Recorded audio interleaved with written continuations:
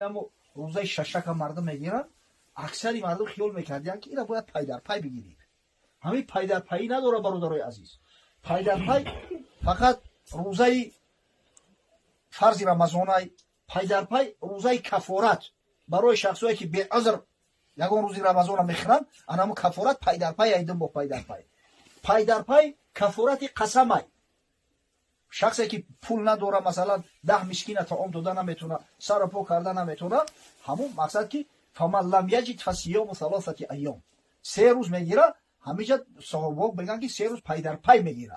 حتی در مصحف ابن مسعود متتابعش اومدگی پای در پای گرفته باشه. دیگه یگان روزه را پای در پای نمیگیرن. همون روزه 6 شوال هم که بعد رمضان میآید بهتر است که جدا جدا بگیرن.